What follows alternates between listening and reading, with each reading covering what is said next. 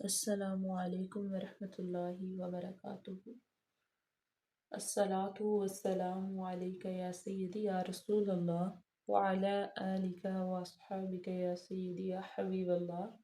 رب اشرح لی صدری ویسر لی امری واحلل عقدۃ من لسانی یفقهوا قولی۔ یا رب زدنی علما، یا رب زدنی علما، یا رب زدنی علما۔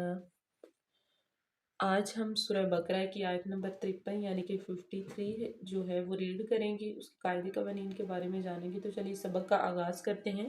بسم اللہ الرحمن الرحیم۔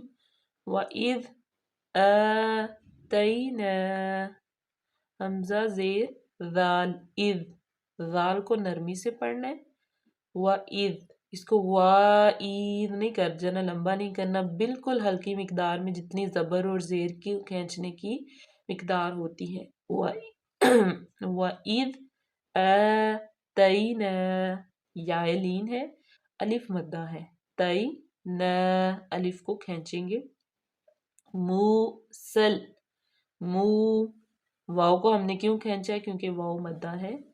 سل، سین کی زبر جو ہے، یا جو ہے وہ زائدہ ہوگی، سین کی زبر کو لام میں ملا دیں گے کیونکہ لام ساکن ہے۔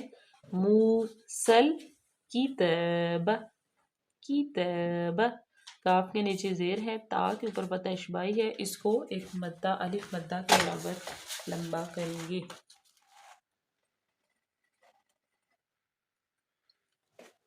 موسل کتاب، موسل کتاب، اتنا اس کو کھینچیں گے۔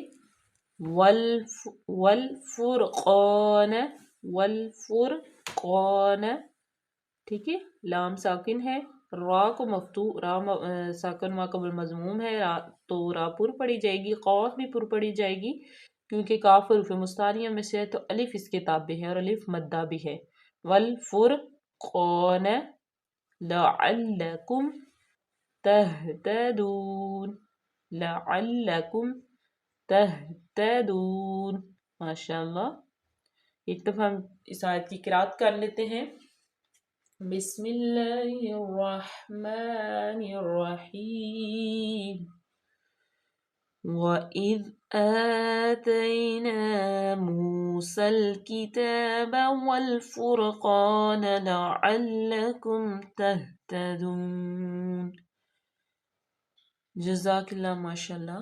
آج کے لیے اتنا ہی کافی، ملتے ہیں اپنے نیکسٹ ویڈیو میں نیکسٹ آیت کے ساتھ، تب تک کے لیے اللہ حافظ۔